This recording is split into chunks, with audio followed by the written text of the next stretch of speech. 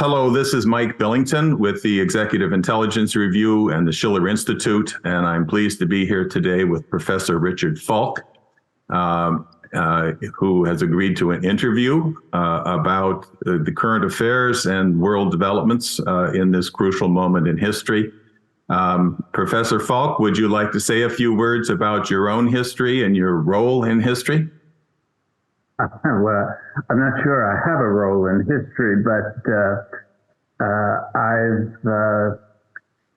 taught at universities all of my adult life, starting with Ohio State in Columbus, Ohio, in 1955, moving to Princeton University, where I stayed for 40 years, retiring in 2001, and since then have been connected both with University of California at Santa Barbara and the Queen Mary University in London.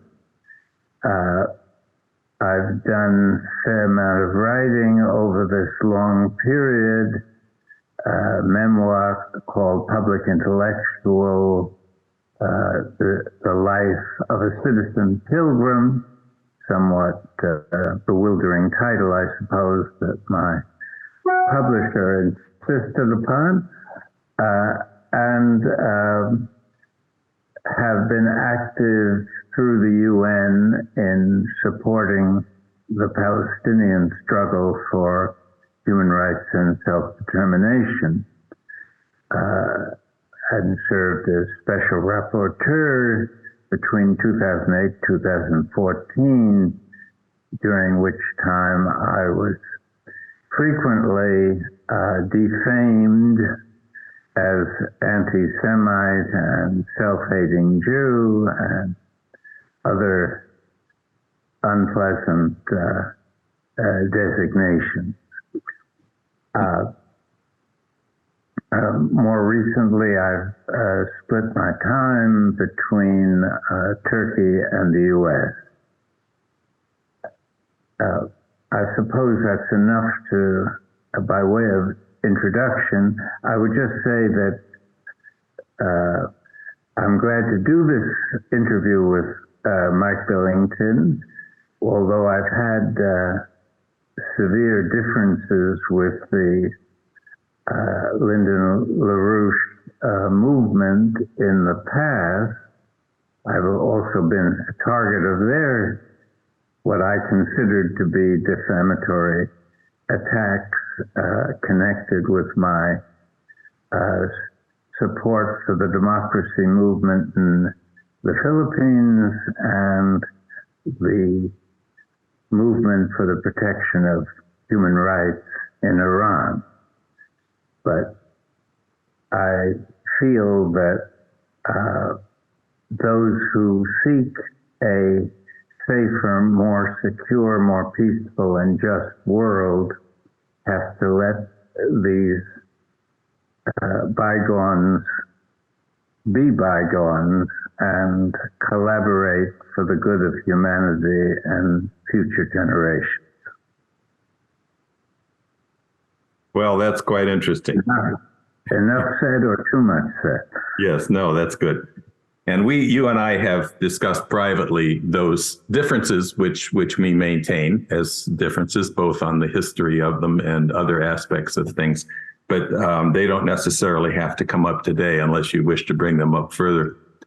Let me start by referencing the fact that you were a speaker at an event sponsored by my friend Chandra Muzaffar in Malaysia, the head of the Just International, by an organization called SHAPE, the Save Humanity and Planet Earth, SHAPE, along with other speakers from the U.S., from Russia, from Korea, from Australia. And I found that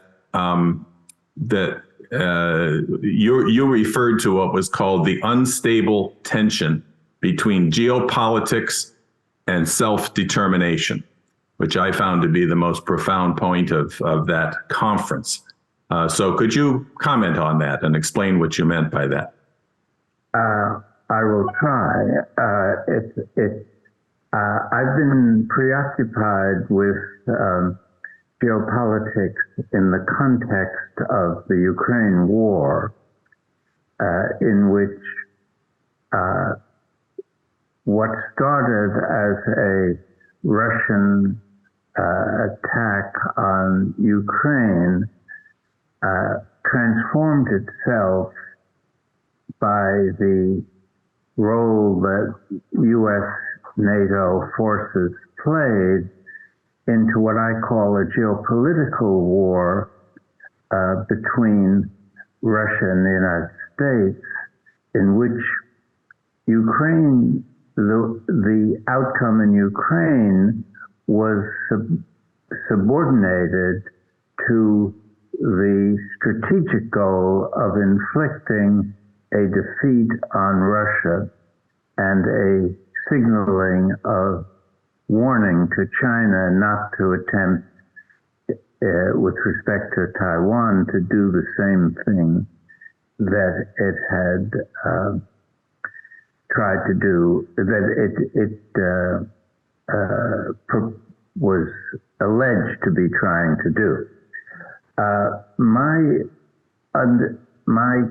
specific connection of self-determination with these issues arose from my sense of the Vietnam War and its outcome, explaining how the U.S., so predominant militarily, managed, despite a huge investment over a long period of time, to lose the war.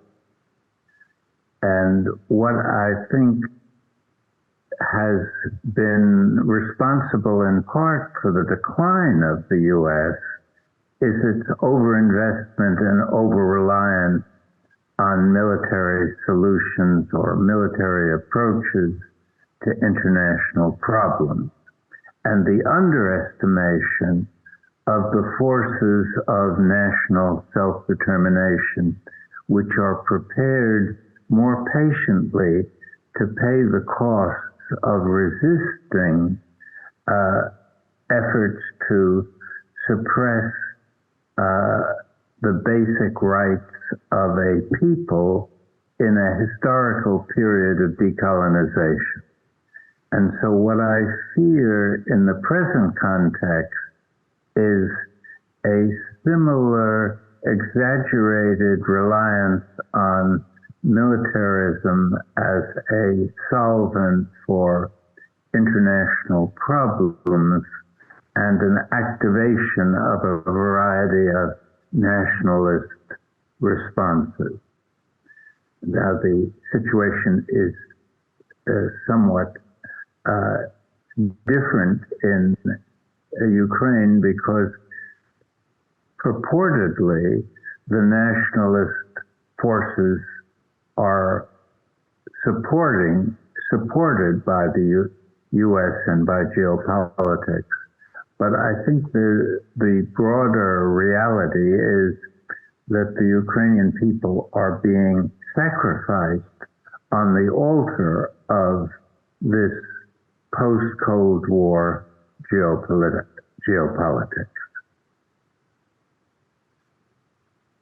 Right. I mean, geopolitics. Yeah, go ahead. No, I was saying, should I elaborate any more on that? Or? No, we can go on with other issues because it's connected to everything else we're going to discuss.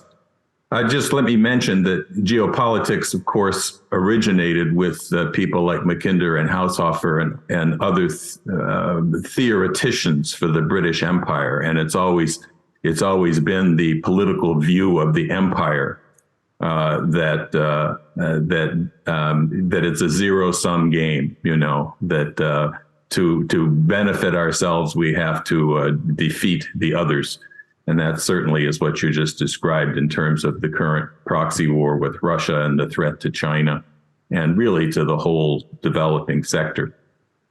I Yeah, go ahead. To the extent of saying, I distinguish between a proxy war of the sort that went on in Syria for more than a decade, in which the struggle of outside forces is to control the internal politics of the country that is enduring the conflict.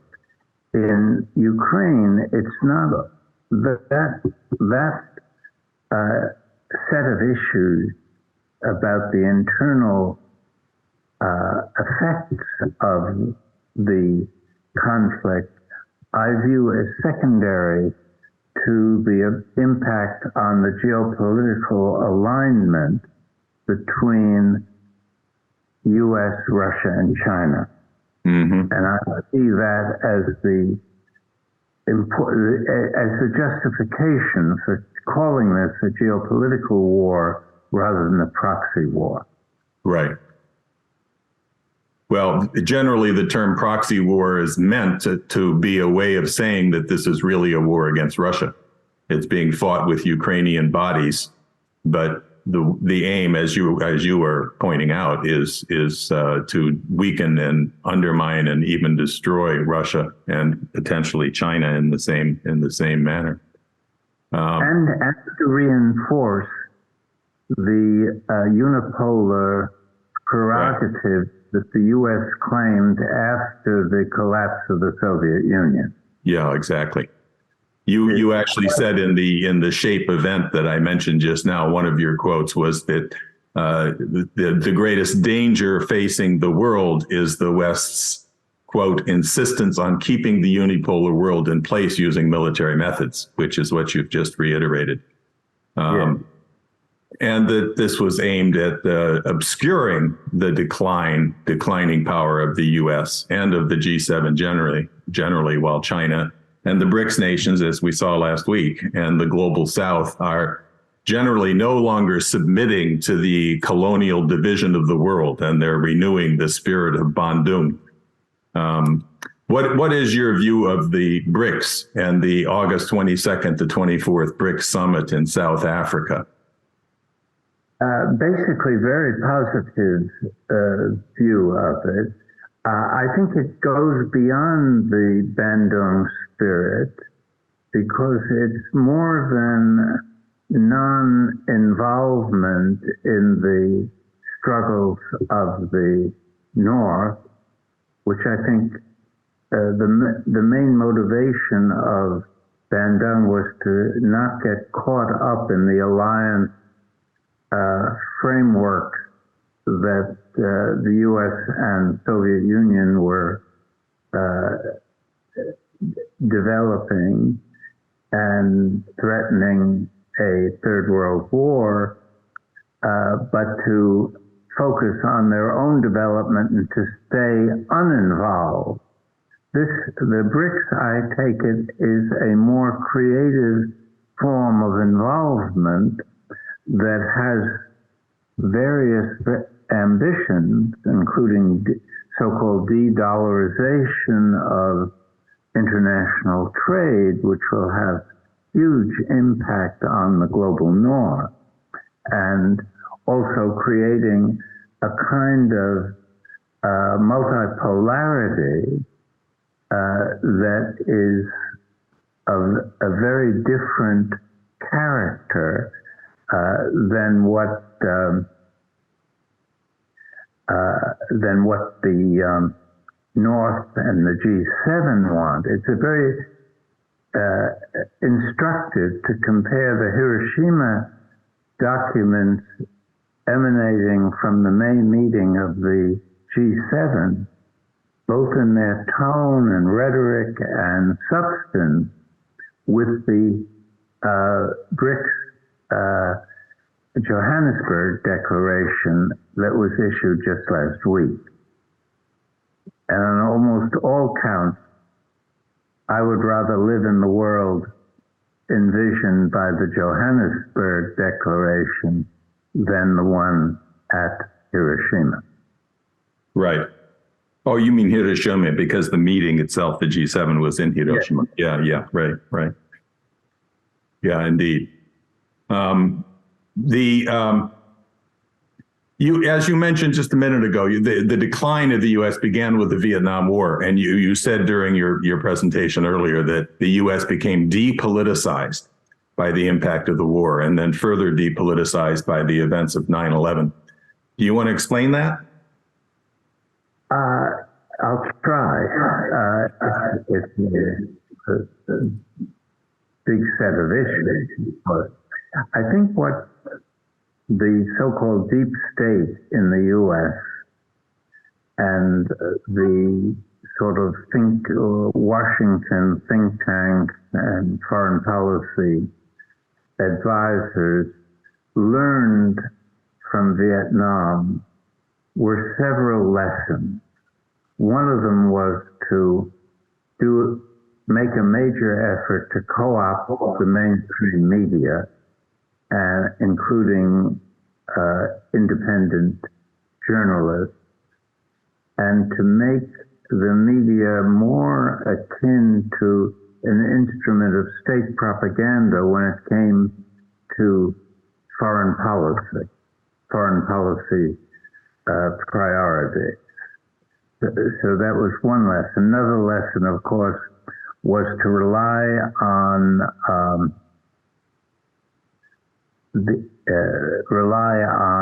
a volunteer armed forces rather than to conscript individuals on the basis of age and health, which was the core of the anti-war movement in Vietnam, was the middle-class parents of children that were either conscripted or suffered casualties and disabilities in the course of their exposure to war in Vietnam, in a war that made no sense.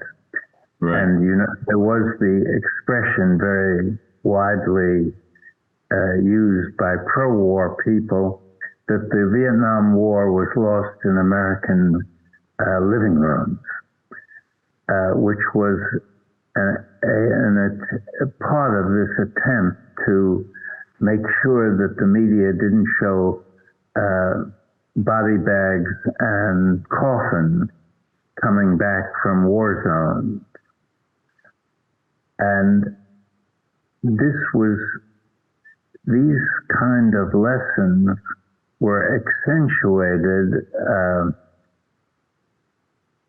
by 9/11, which included the whole apparatus of Homeland Security, which was a way of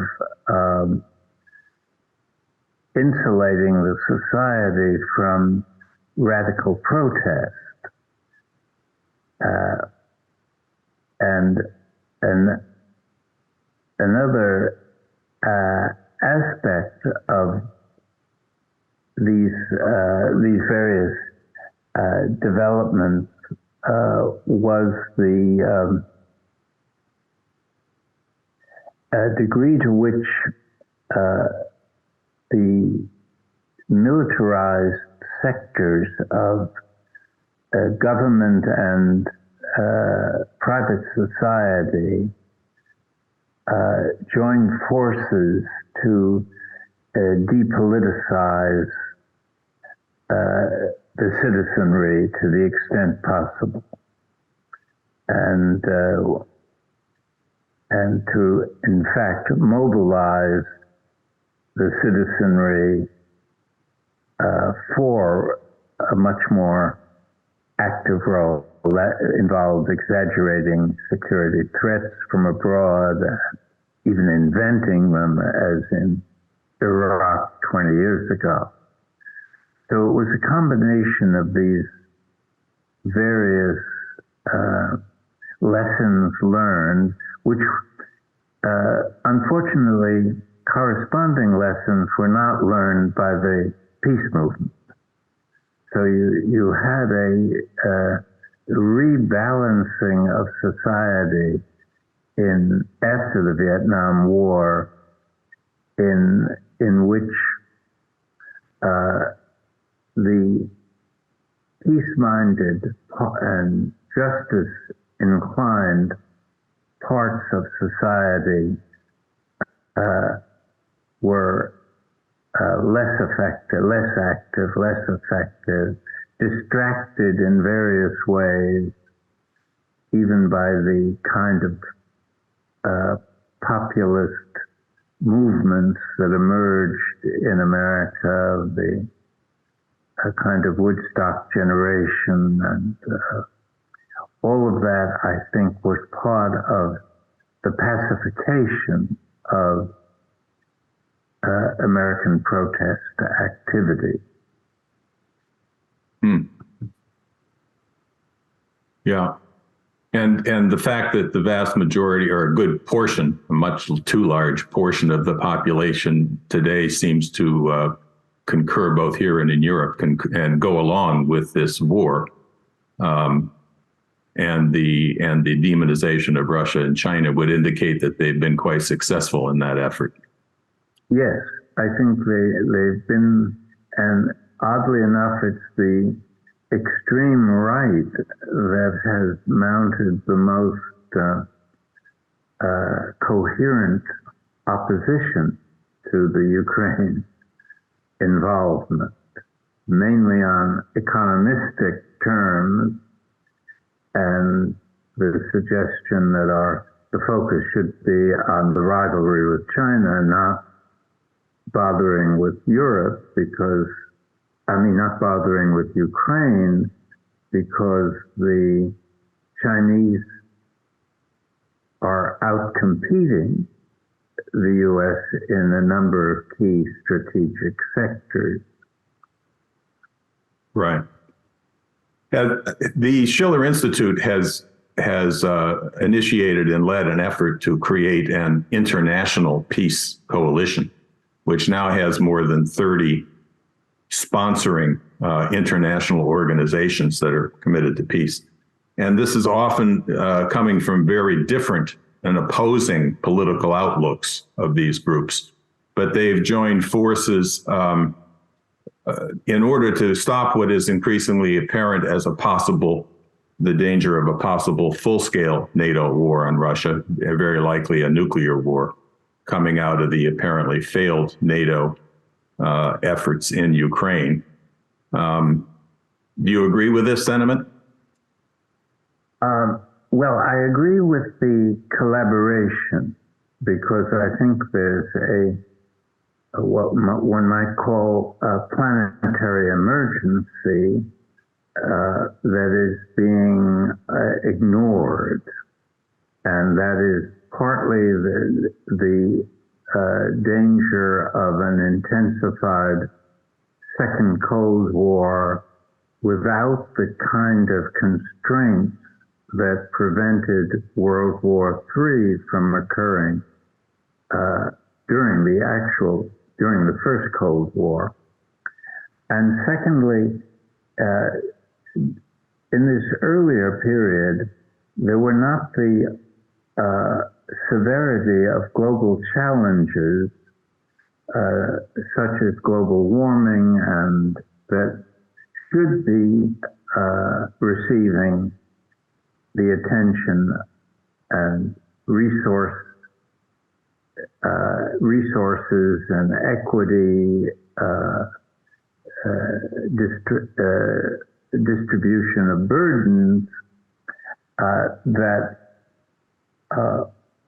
would seem in the human interest.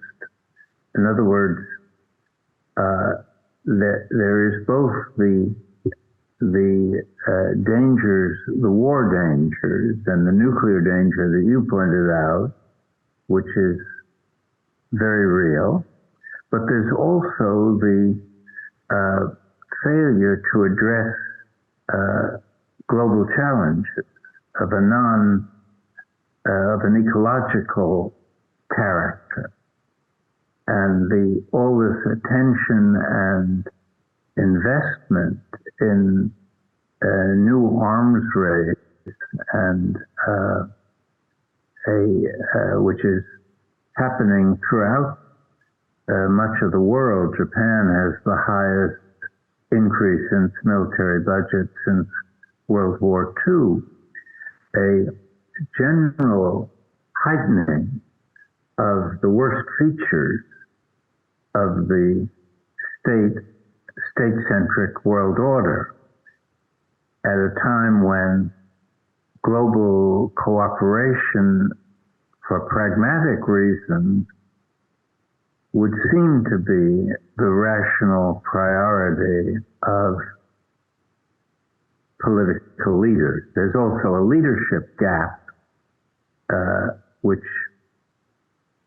seems unable to comprehend the national interests being globalized in these ways. And again, the persistence of overinvestment in the military, underinvestment in coping with climate change, migration, and biodiversity, a series of other challenges. Right. Regarding the war in Ukraine, you said again, this is in the SHAPE event that you spoke at, which I monitored. You said that both the U.S. And NATO on the one hand and Russia both miscalculated in starting this war. I would ask, this appears to leave out the fact that the Russians had agreed to the Minsk agreements, which would have prevented the war, but which were intentionally ignored and sabotaged by the NATO nations. And also that they had negotiated directly between Russia and Ukraine through Turkey. In the first months of the military operation, they resulted in a signed agreement to stop the war in May of 2022, even before the referendums, which then voted in the Donbas regions to become part of Russia. But again, this agreement also was just completely ignored and sabotaged by NATO. So that makes me question whether you can really say that Russia miscalculated or were they left with no option. So what's your view on that? Well, I plead guilty somewhat for misleadingly using the word miscalculation, I suppose. What I had in mind was that I think the Russians underestimated the NATO response and therefore didn't calculate in a persuasive way how their military operation would succeed at an acceptable cost in terms of casualties, in terms of investment. When it comes to context, the provocations, as you enumerated them, were very great, and whether there was any alternative for them other than this kind of recourse to a military solution is difficult question to pose, because I think it also was part of Putin's worldview to reestablish, as he had in Crimea, the Russian traditional sphere of influence in their so-called near abroad or borderland territories, and by doing this to challenge this unipolarity that was in effect a Monroe Doctrine for the world, that only the U.S. could use military force outside its own territory for security or other purposes, and any other country, even geopolitical actors like Russia and China, who tried to do the same thing, would be treated as unlawful aggressors that should be defeated by military means. So it was that kind of double standard at the base of this post-Cold War geopolitics that Putin, I think, wanted to challenge, but didn't estimate the depth of the commitment by the Biden presidency and the capacity to mobilize NATO countries around this defense of Ukraine. And there's the racial factor, that Ukraine is a white country, white Christian, at least the part of Ukraine that's being defended is white Christian, and had an affinity with the popular sentiments of a large number of European countries, including Poland, that was particularly militant in its attitudes toward the Russian attack. And the context that were the provocations of the context were completely erased in the Western media and in the way that Biden and Blinken presented the case for a military response. And there's no indication of a readiness to allow the political compromise to go forward, especially after they saw that Ukraine did have the capabilities to mount a resistance. The miscalculation on Washington's side that is now becoming more evident is that they couldn't, at an acceptable cost, produce a Soviet defeat, and pressing that course of action raised to intolerable levels the risk of nuclear war. So that was a somewhat serious miscalculation.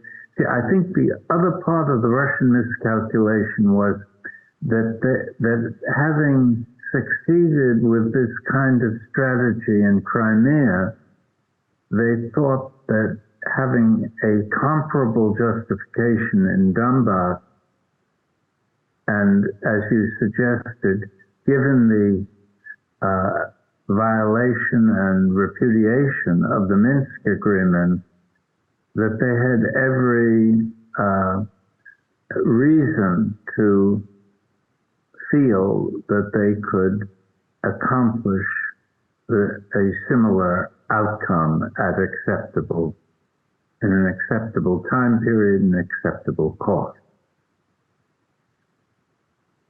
Don't you see that as still a possibility, though, that they will succeed in essentially consolidating the move towards the votes for joining Russia and so forth?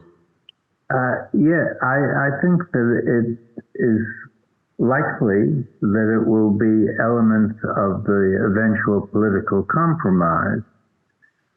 And I think that political compromise, as you earlier suggested, and even Zelensky seemed to endorse, probably would have included, at least in part, such a element.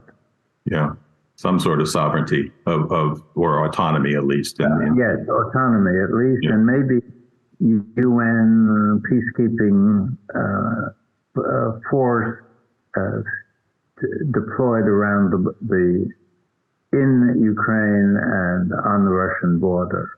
Yeah, right. You've already answered this, but I wanted to bring up the fact that you earlier, in your earlier presentation, ridiculed Tony Blinken, who claimed that, quote, the concept of spheres of influence has been delegated to the dustbin of history. I found that to be quite interesting. It's clearly not true for the U.S. position and its treatment of other nations. This is certainly one of the reasons that the global South is now looking to the BRICS and not to London and Washington for their choice of friends and collaborators. Helga has described this as a once in 1,000 years shift. One of the top BRICS people called this a tectonic shift, basically the end of the 600 years of colonialism and neocolonialism dominating mankind. What do you think of that? Well, I still think it's aspirational rather than descriptive.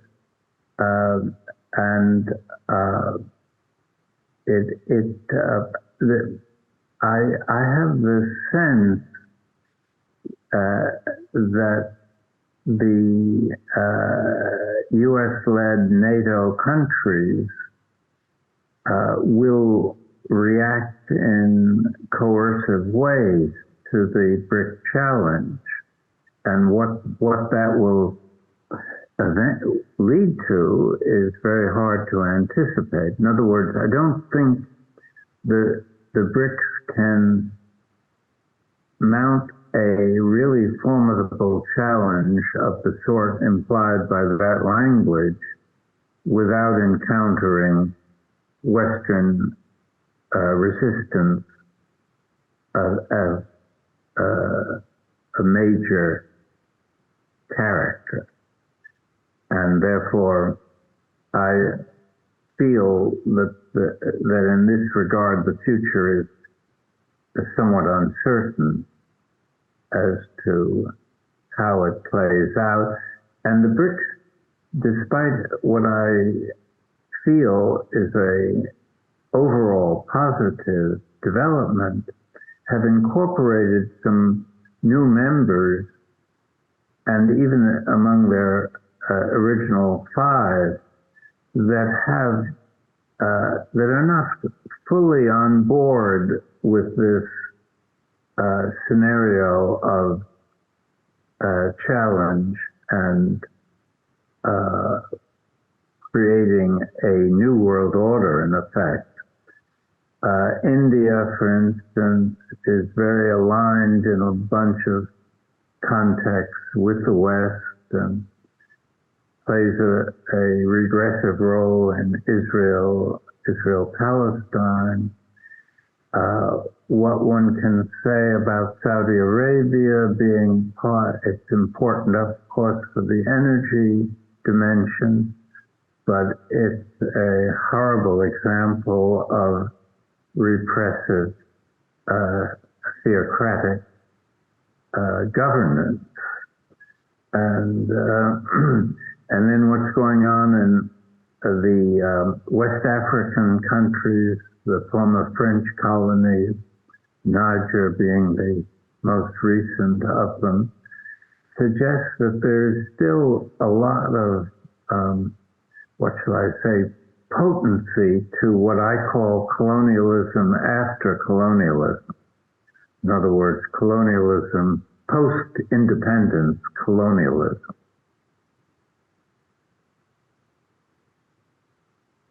Which I find a more graphic term than neocolonialism. Yeah, this is just the description of the unipolar world, basically, under IMF, World Bank kind of domination on the economy.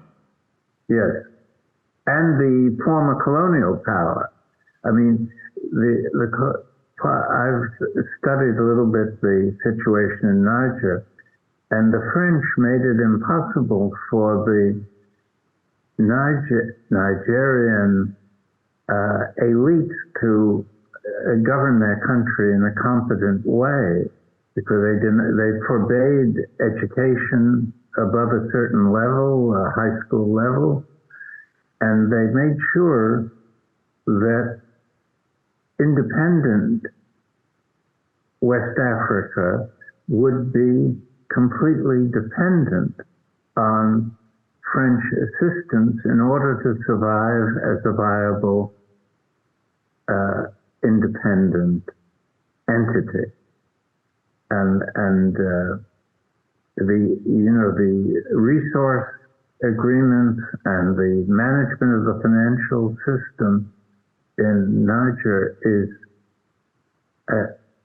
almost an extreme example of colonialism in operation. Right. But it would appear also that this series of revolts by the Francophone countries is an expression of the general sentiment throughout the entire global South that this is it. We're not going to tolerate colonial policies any longer.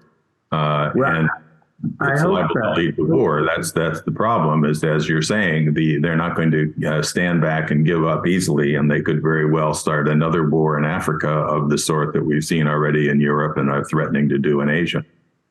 Yes, and of course in Africa, as you know, there's also the so-called Wagner Group and the Russian factor. Russia has increased its influence, and it was somewhat anti-colonial, but not entirely. It was sort of ambiguous in what it was seeking to do, other than to counter U.S., French, and European influence.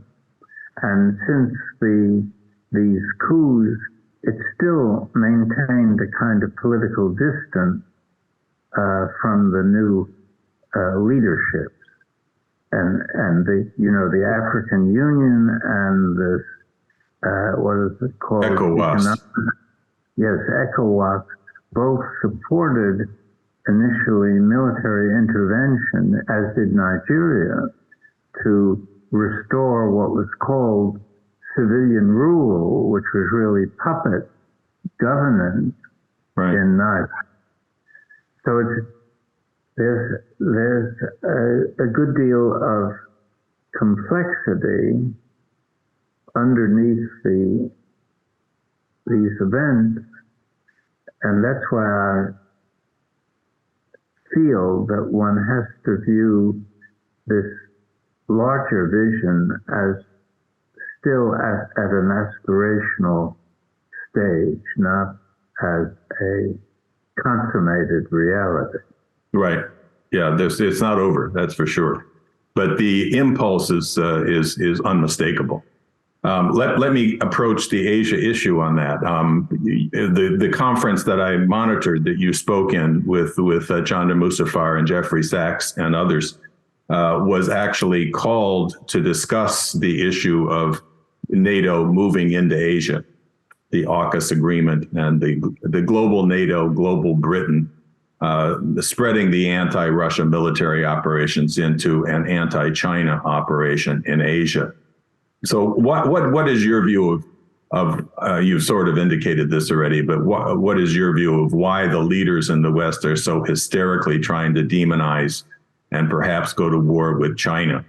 What is China's actual role in the world today, in your view?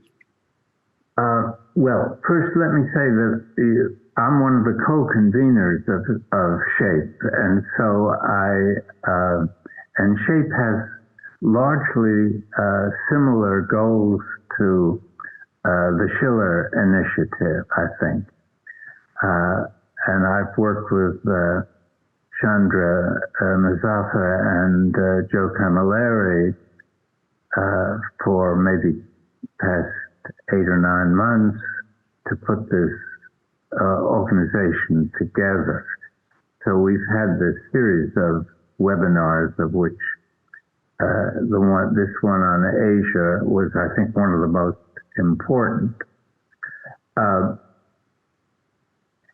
I think that what is at stake really is the control of a post-colonial era of world history, a regressive move by military means, and a sense of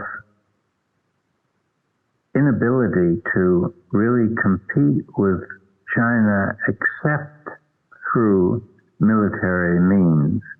And often wars occur when a rising power has greater potential than the dominant power. And I think China... The Thucydides trap, it was called. Yes, the so-called Thucydides trap, which Graham Allison wrote an important book about. But there is a good deal of evidence that having nurtured this image of being number one in the world, and having that image threatened is a source of provocation for the militarists in the West and through NATO in trying to turn back the clock of history, so to speak. And they seem prepared to pay this heavy price. The one interesting thing, I think, is that Russia is, by its diplomacy, St. Petersburg Conference and other things, seems to have been learning from China rather than trying to fight China.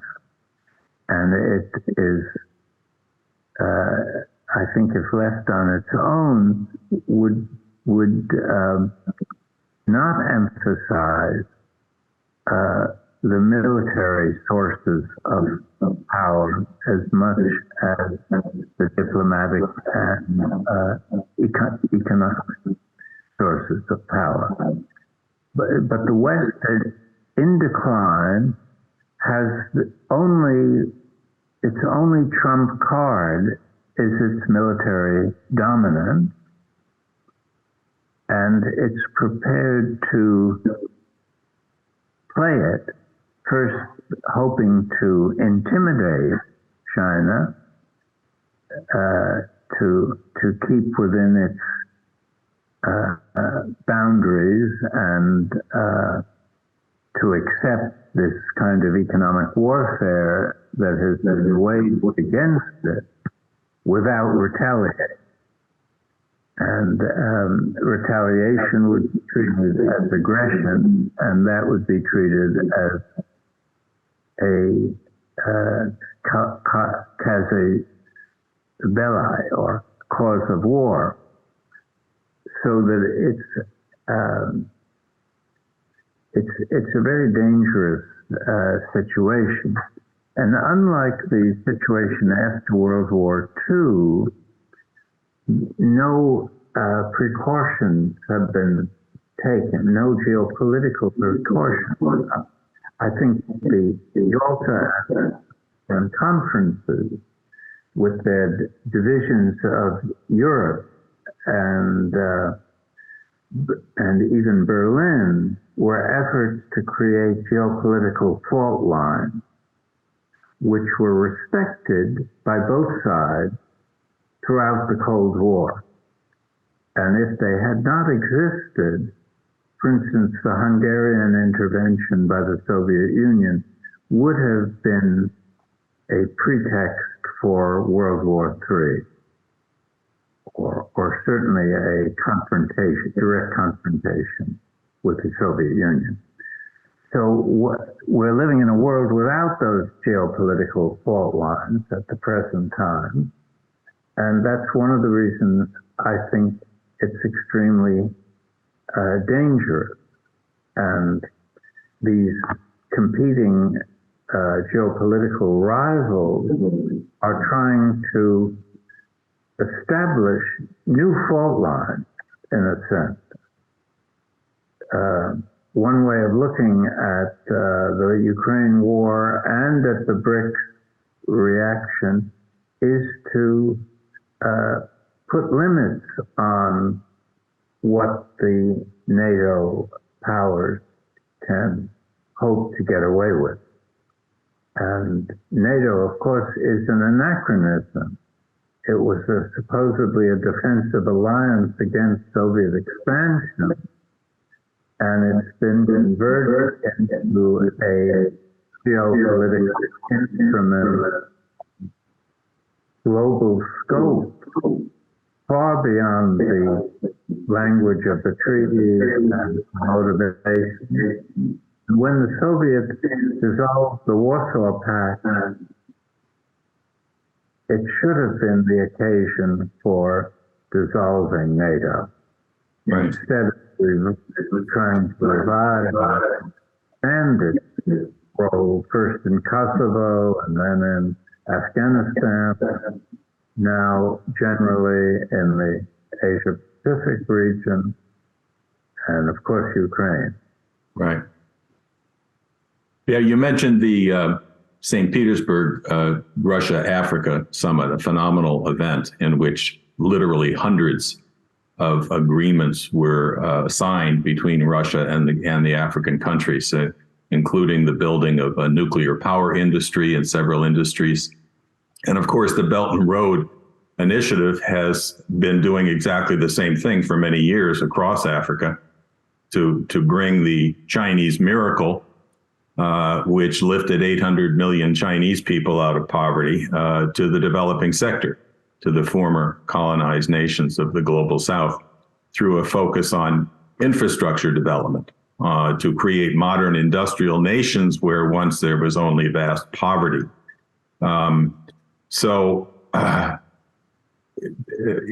It's clear from the BRICS meeting that the global South has made the determination that it's not going to accept the Western denunciation of China, that they must decouple from China, that they must join in sanctions against Russia, and they're simply rejecting that. I'm wondering if you have other comments on that, and how do you interpret the demonization of Russia and China across the West?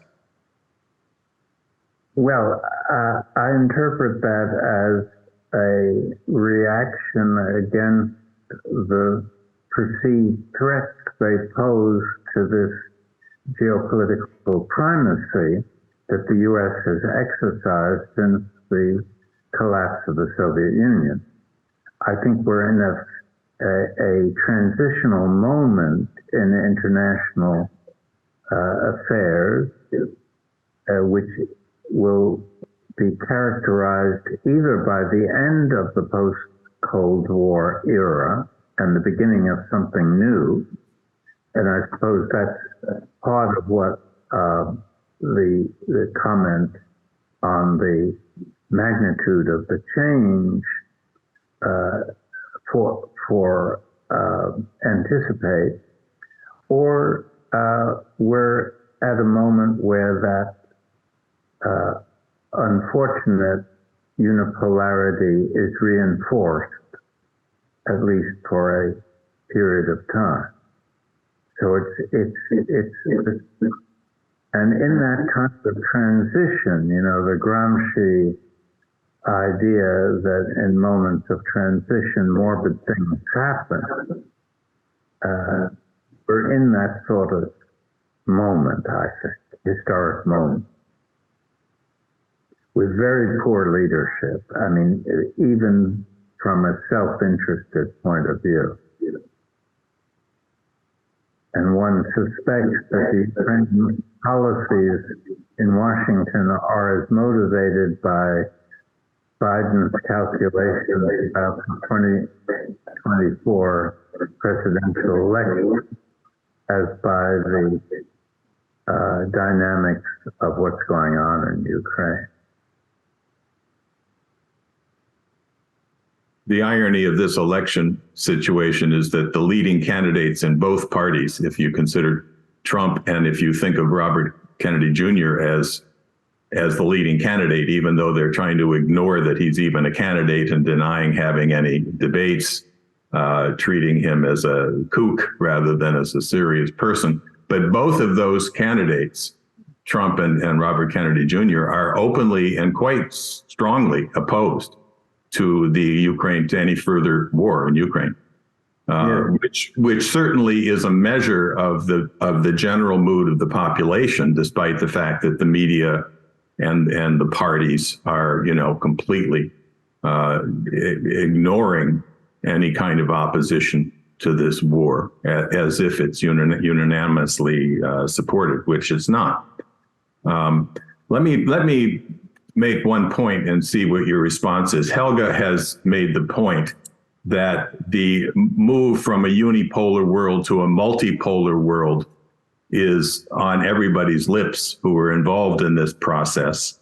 But that if there's a multipolar world which does not end the division into two separate blocks, then you're still going to have a war. In other words, if you don't break down the division where the U.S. and the Europeans see themselves as part of a bloc that has to unilaterally oppose the rise of the global South, then it's going to lead to war. And therefore, you have to have a way of getting people in the West to stand up against this division, against the threat of war, which was the idea behind forming this international peace coalition, which was to get people to come together from different political views, but to recognize that you have to sit down and talk with Russia and China and the global South rather than going to war with them, or it will lead to war. Your thoughts? Well, essentially, I find the language a little bit too causally determined. I mean, I think there are constraints on going to, if you mean by going to war, really a World War III nuclear war. I think that still is something that even these inferior or limited leaders don't want to have happen. And so I think what it would do, though, is produce a dangerous militarized competition that the world can't afford and would aggravate these other problems, the problems associated with the environment and with other forms of public dissatisfaction. So I see this as a positive move to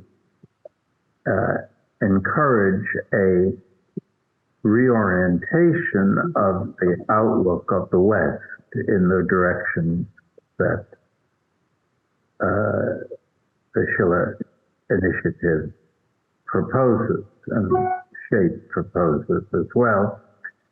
But I think it will require a very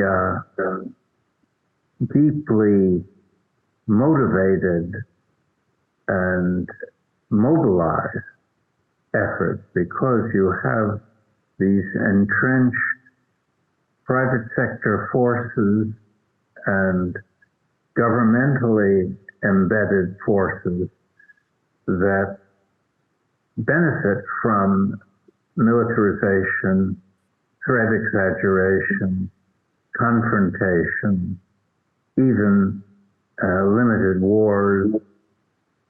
All these things help arms sales and promote the military side of the elite structures in the West. So I'm not so hopeful. I do think there's one factor that you haven't mentioned, and I keep trying to bring it up in various ways, is that the pressure from these new kinds of challenges, which the pressure from what? Your voice dropped out. Oh, the pressure, in a shorthand way, pressure from global warming, the kind of severe heat, extreme weather, deterioration of ocean quality, all those things that really affect human well-being,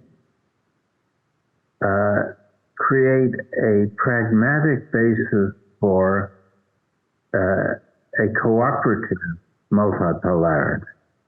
What one wants is a non-adversarial multipolarity, or at least a subdued, competitive multipolarity that makes political space for cooperative solutions to common problems in the global interest.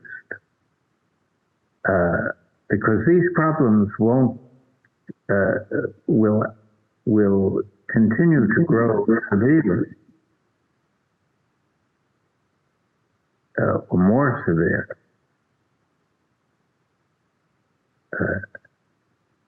And they affect poor society in more fundamental ways.